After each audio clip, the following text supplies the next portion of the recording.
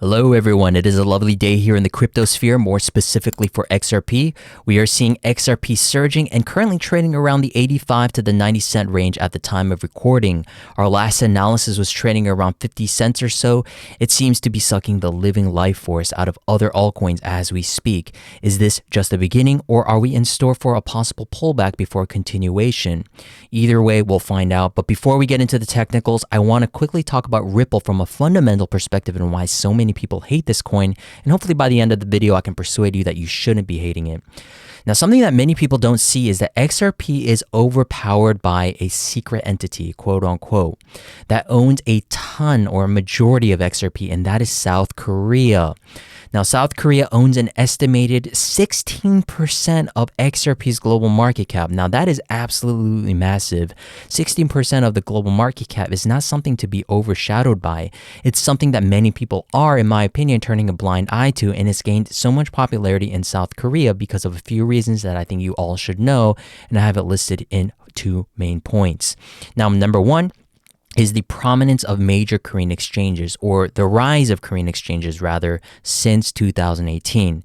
Exchanges like Upbit and BitThumb have historically featured XRP as one of their most traded cryptocurrencies, and these two exchanges are something that you may not be familiar with, but these two exchanges are pretty much consistently the highest volume exchanges by trade, not in perpetual futures trading, but for spot trading. So that's massive. As you can see, Upbit has consistently over the years traded in the top 5.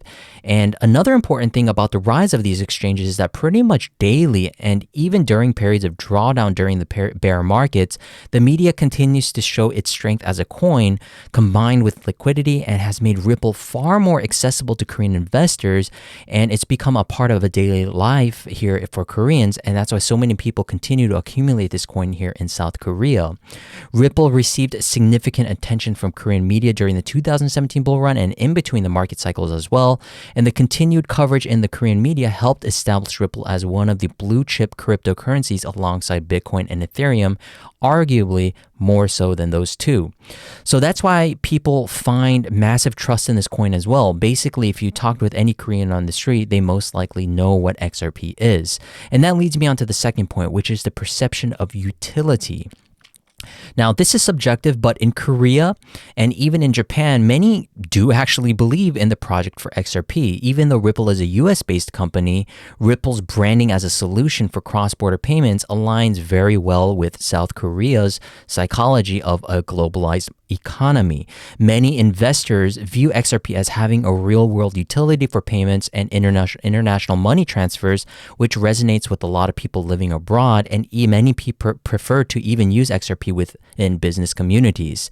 So Ripple's partnerships with financial institutions worldwide, including Asian banks, more specifically in Japan as well recently, has bolstered its reputation in not only Japan, but here in South Korea as well, where some local banks are now even exploring Ripple's technology for payment solutions, further validating its potential. So this is why XRP has so much presence here in South Korea, and before it starts to actually become a thing and sets forth with regulatory framework, I believe this is why so many people are trying to jump on the bandwagon. So those are the two reasons why many people are turning a blind eye towards it, and why you should be aware of it. And why it's not just based in the US, but you should really approach Ripple from a geopolitical aspect when it comes to the importance of it. So those are the two reasons. Now, going back into the technicals, I think it's also important to kind of do a quick update on the technicals. Ripple is, I believe, within a larger triangle. Nothing new here. We've been talking about this for quite some time. But the most important thing is, yay, congratulations, we have finally broken out of this BD trendline of the triangle. Within a bull market, the BD trendline is the upper boundary trendline. That's the most important thing within a triangle, and we have finally broken out of it, and we have broken out of it quite a bit. Now, most importantly is that this is going to be following suit within a possible 5-wave move to the upside to complete its larger degree wave 5. Now, again, we are currently positioned within a wave 4, and usually wave 4s are going to be a consolidating pattern, and that is what we had for this within an 8-year time span. We got this triangle out of it, and it looks like XRP is finally trying to break out of this current at the time of recording, this triangle. So with that being said, we're looking for 5 waves up within this wave 5, as a wave 5 is comprised of 5 waves in itself, and we're now working in this minor degree of a white degree here. As you can see, we're looking for a 1, 2, 3, 4, 5, looking for a small pullback for this wave 2, and then followed by this expansion phase of this wave 3, and then 4, and then 5, which should give us a conservative target of around $5 to $10. Now, with the power of compounding interest rather, is that it gets far easier as price moves up. And for example, it's far easier to move from $5 to $10 than it is from 80 cents to, $3 or $4. That's where most of the obstacles are going to be coming in, and that's where all of the hardships are going to be, where we're going to see some wild volatility. But once we start getting in the expansion phase, it is far easier, ladies and gentlemen, to go from $5 to $10, as that's only 100% gain, as opposed to where 80 cents to that level of $5 is around 500%.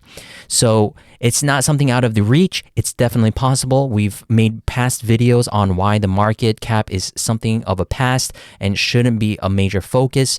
It is absolutely possible, in my opinion, for XRP to go from, the current levels up to $5, and eventually, when everyone is in XRP, it's very easy to go from $5 to $10, in my opinion, because back in the 2018 bull market, when there was not enough liquidity, a lot of people argued that XRP couldn't even reach 10 cents or even 20 cents, but look what happened. We reached $3.50. So if you go back to one of my previous videos on XRP, I even talk about the argument against the market cap, because I also talk about Apple, for example, which was where predicted by many people couldn't have reached a certain market cap, but look where it's at right now. It's way above $1 trillion, right? So that market cap idea definitely is also something to keep in mind. It's something that you should be taking out of consideration, in my opinion. But if we're focusing solely on technicals, I do believe that $5 to $10 range is right around the corner. But again, nothing is financial advice. Anything could happen and turn for the worse. So that's why we have these invalidation levels in mind, which is the soft invalidation level of this wave E. And then we have the entire invalidation of this wave C here, which is the invalidation of the triangle entirely. So if we break below that, it might be going into a bear market. But we have a phenomenal risk reward ratio point at this point, and I think that we are ready to move out of here. And I believe this is the cycle. I really believe that this is the cycle that we're going to be looking for higher levels. So right now, we are going to be confirming it. Most likely, I think we will boost it by 20% in probability that if we do break this D wave here, and looks like we are ready to kind of retest that level right now as we speak, that will be pretty much the confirmation of the bull run, in my opinion, or at least the last expansion phase for this move here. Now, what's important here that I think many people are also not seeing, and I would like to share, is that XRP has already broken it within the Korean exchanges. So there is a premium right now within the Korean exchanges. When you're trading with the Korean won, you can see that it has already broken that resistance. So there is a huge premium going on within the Korean exchanges. So will XRP follow suit by breaking this previous 95-cent range? That is something that we'll see possibly in the next few weeks. But that's something to keep in mind. A lot of people are not even seeing this, but I'm here to share it with you guys that there is a premium, which is called the Kimchi premium. Very funny. But it is now trading above that previous resistance at that 94-cent level here as we speak. So something to keep in mind. I don't think there's any major changes here, especially on the shorter time frames. We were talking about this wave 1, 2. We're working in the minor degree here, and we're looking for a completion of a wave 3, 4, 5 to the upside to complete a larger wave 1. Do another stall here for a few weeks, and then possibly go for further expansion of that most profitable wave of that wave 3. So congratulations to who are those positioned well below this current BD trend line. But right now, for those that are interested in getting in, I would possibly just wait and see how this plays out, because we are so impulsively moving to the upside. We're just going to have to wait for consolidation. But right now, that is the drawdown of being in a bull market. You don't know where these pullbacks are going to be going into.